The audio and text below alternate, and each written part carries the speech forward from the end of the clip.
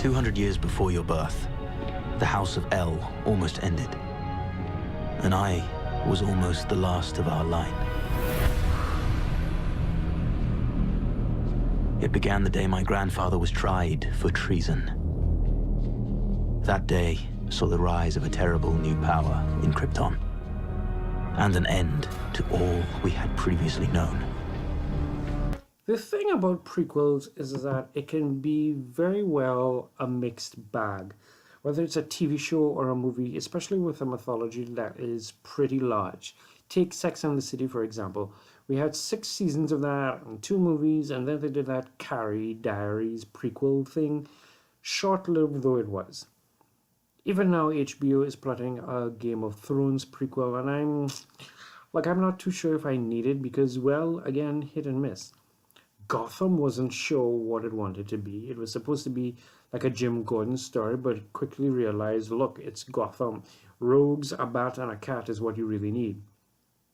Even in a Superman-related story like Smallville, which I watched to the very end, there was some definitely weird and wonky moments for both casual and diehard Superman fans, which is why when I heard about Krypton, I was like, well, not amused.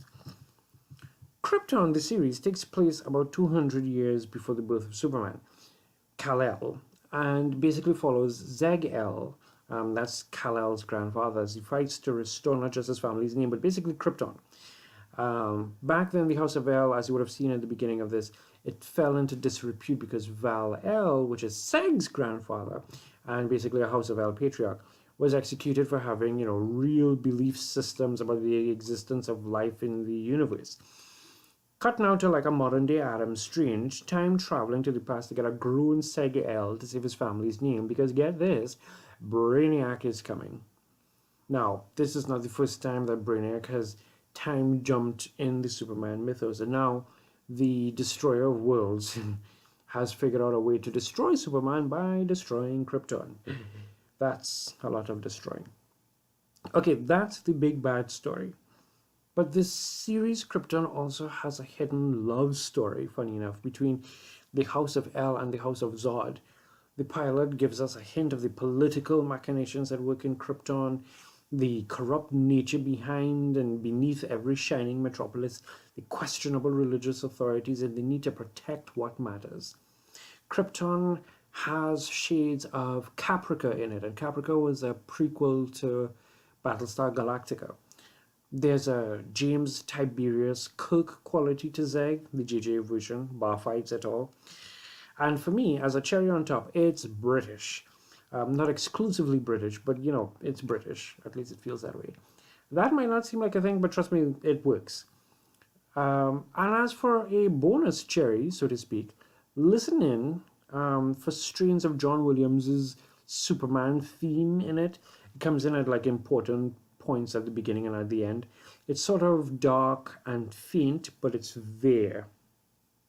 And I feel like this prequel can tie nicely into Warner's Man of Steel universe, which is not surprising because David S. Goyer is a showrunner on Krypton. There's so many little nuggets from the design of the ship to the Genesis chamber construct. You can see where the future will take us, but also it can fit nicely in the CW universe.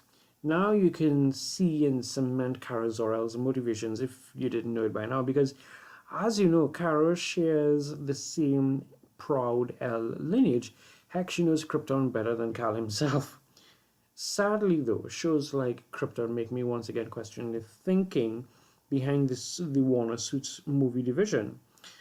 Because clearly TV knows what it's doing. Like, no matter how you feel about DC TV, it still has a decent foothold. It knows what it's doing. I don't know what the Suits in the movie division are doing, and it pisses me off from time to time. But anyhow, Krypton is on Sci-Fi, which may explain the color palette and why for me it feels Caprica-ish. And you can see it every Wednesday. So that's it. That's my little review about it. I like it. Oh my gosh, I didn't think I would, but I do, and here we are. So huzzah to that.